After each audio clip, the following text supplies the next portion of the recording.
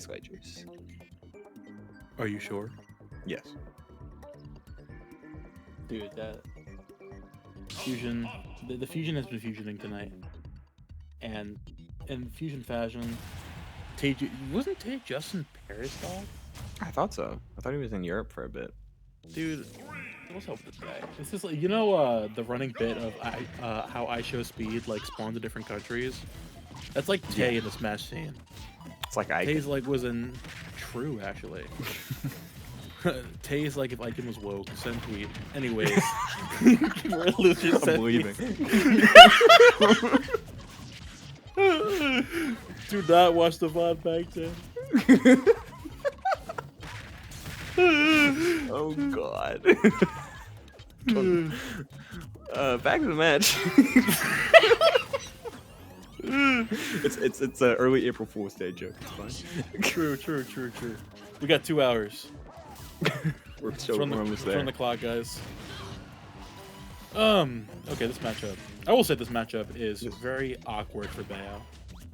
Those matchups where, I mean, Bayo struggles notoriously with zoners a lot of time, and Duck Hunt is not your typical zoner by any means. It's just the fact that one of those characters where, again, like you mentioned, the frame 1 projectile spawns just is so tough for Bayo to deal with. Like, if you mess up any of your frame links on any of your combos, 1, you're dying mad early because Bayo is the weight of a tissue, and 2, like, it's just so tough to take those kills in the first place. You gotta find some weird conversions like that. We're seeing Tay's already trying to find like some weird stuff, and that is something weird that's gonna work out for you. Very good conversion there, even the socket.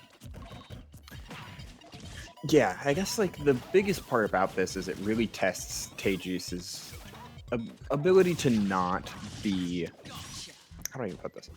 Ability to play off of not really having those combos, right? We're seeing the conversions always be simple 2 pieces or like conversions into the forward air Rekka, and then look for reset, look for a read after, whether it be a jump read, an air dodge. Like that's what TayJuice has been looking for off of any individual opening. Even right there, like, oh, I'm gonna try and look for an air dodge or look for an item spawn and play to the anti-air after. We're not trusting Bayo's combo game because we're not trusting the item spawns. Now, which twist, or which time rather, can throw a lot of that information out the window, but you still have to respect all of the item spawns. And TayJuice is doing a really, really good job of that, playing around with sheer mobility and flexibility on any individual opening, and of course, seemingly always threatening witch time at any given moment. Yeah, I love the way that Tay plays. Honestly, it reminds me a lot of Tamapi. Tamapi's like a very what's the word I'm looking for? Not weird, unconventional Bayonetta, where the way they look for openings in general. That's the way that Tay kind of takes up space, is just waiting for the opponent to overextend, and especially in a matchup like this where you can utilize a lot of your witch time for stuff like that, like utilizing your opponent overextending and finding a stock just like that off of the can. That's what you gotta do in a match. Like, you gotta get creative.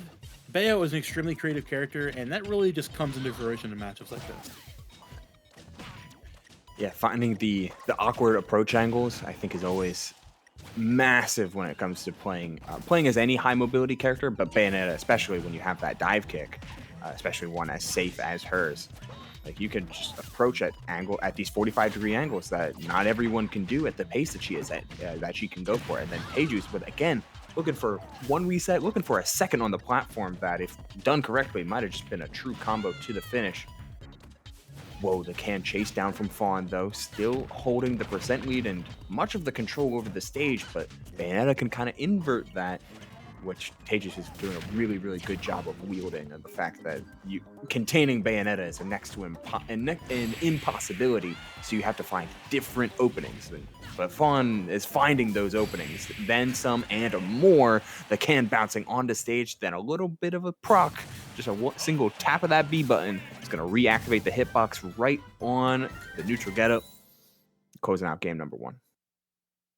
Very well played there from Fawn. Again, like we mentioned earlier, TayJuice, I'm loving the game plan being employed so far of playing around Duck Hunt, recognizing, playing around the can, recognizing that Fawn has to get really aggressive towards the end of those stocks to actually take the stocks, given that the conversions with the cans are either really weird towards the end of the stocks or not confirmed whatsoever. You're just waiting to catch your opponent drifting in or getting over aggressive at the end. Fawn just kind of just saying, like, regardless, I'm going to hold back because Bayo has no real way of witch twisting or finding APK right now because I've got Gunman in front of me. I've got my can in front of that. And I've got a trusty old shield in my back pocket and my handy notebook. I'm chilling. Yeah, it's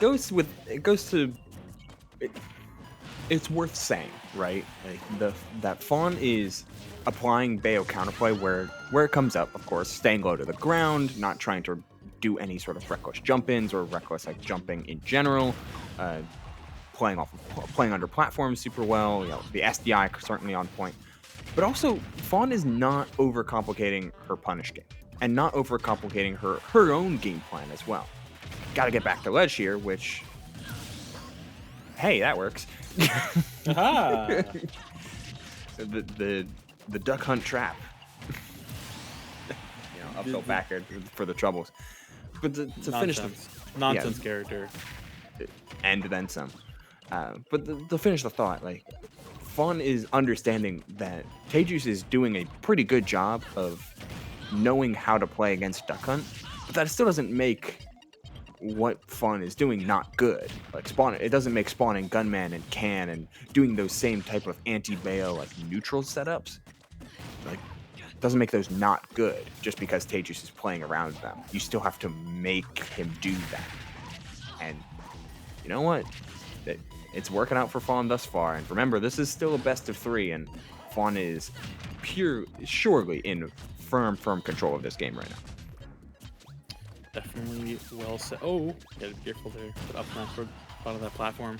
Again, like, TayJuice cannot find the openings there whatsoever, man. I mean, that's the thing. You recognize why Bayo struggles so much against her conventional zoners, where she has no real safe options for poking shields, and her entire kit revolves around commitment. And when you get back into the driver's seat, like, it's really hard to get down against Bayo, but like, actually getting the openings in the first place against a character who can quite literally shape the battlefield wherever they want, barring Steve Minecraft, like, it's really tough to get through, especially considering those options are frame 1. Always worth repeating, and there's a reason that Bayo has like traditionally struggled against characters like Snake and like Steve, because they warp the game state. They warp the stage and thus the game state around restricting movement in a way that isn't just with traditional hitboxes. It's with items, it's with blocks, it's with live grenades. These utilities make it hard to maneuver, and Bayo can maneuver around them. That's why development of this Snake and Steve matchup has slowly done pretty well for Bayonetta, to the point where I think a lot of Bayos consider, the top Bayos consider Snake might be even. That Steve, Bayonetta has seen a lot of success against Steve because you can displace him pretty well. But Duck Hunt's a different beast because grenades have a timer and really set arcs and really set displacements, especially since Snake oftentimes holds them, so you can play around that with grabs or with different approach angles. For Duck Hunt, can come out whenever, wherever, at any point. And that makes it extra hard, especially since everything else is littered across the battlefield with gunmen and clay pigeons alike. So it's just a different axis to play on and a different amount of shenanigans to work around that creates its own unique scenarios and setups, which Fawn wields to great effect. Shenanigans, such a great word. Huge fan of shenanigans, and oh boy, are many fighting games full of them. Speaking of shenanigans, Collision series. Sorry, AJ. Yeah, now if you, jokes aside, Collision series, of course, putting on this beautiful event for us tonight. You want to support this organization, done so much for the Tri-State Smash scene, or even outside of Tri-State, in terms of other events. Support them any way you can. Follow them on Twitch at Collision Series TV, as you're watching right now. Check them out on Twitter, which is at Collision Series now. It's not. It's still close. or check them out on YouTube at Collision Series. But as we're watching right now, it's only about Fusion Hoople. Yeah, so Fusion is what you're watching right now, in fact. Every single Monday, Fusion runs a trio of brackets, that being Ultimate Singles, Rivals of Ether singles, Rivals of Ether 2 singles, I should say, and then a rotating side redemption bracket, which in this case, for today, because of the closeness in proximity to April Fool's Day, was Randubs, but oftentimes is a rotating buster bracket for those that are that don't make it into top 8. You get a nice little redemption bracket. It's over in Rahway, New Jersey, streamed right here on Collision Series TV, where all the action is starting at 6. Doors open at 6 p.m., but bracket starts at 7. And you're not going to want to miss any moment. And speaking of supporting the Tri-State scene, we've got Save the Brooklyn Games and Arcade campaign. You know, we got there's a lot of different businesses struggling out here nowadays, and given the economy, given everything that's going on, if you have any way to support these businesses, see right here, 70% of all proceeds will be going to the shop's operating expenses. Just keep running for a minimum until March 2026. Go check them out at Arcade Brooklyn, at rpixel 305. Check out the QR code right there. If you're watching them from PC, you can check them out. Then, any way to support local business, you're cool in my book. And speaking of supporting some local events, you're going to want to check out something that's been announced for a few months now and will be announced for a few months more. November 22nd and 23rd, you're going to get Ring Out over in Akron, Ohio. All best of 5, featuring some Ultimate, some Melee, some Rivals, and plenty in between. Doors opening at 8:30 p.m. with singles at 1. You're not going to want to miss any of the action. And speaking of great events coming up later this year, we have got Collision 2025. I promise I'm not just talking up because I'm on the Collision stream. August 22nd and 24th, 2025, in the Meadowlands Expo Center in Secaucus, New Jersey. If you're thinking, I've heard of that venue name before, what's going on over there? There have been some pretty nice previous Tri-State brackets held in that venue. You know, after Collision 2024, we've outgrown the venue. Got tons of new names making it out, and you know what? We need a bigger home for Collision. Check it out now. Start.gg/collision, or you check out the QR code in the top right. Scan to register. Keep in mind, everybody, the earlier you register, both in attendance and in as a competitor, the cheaper it will be. So make sure you get those signed.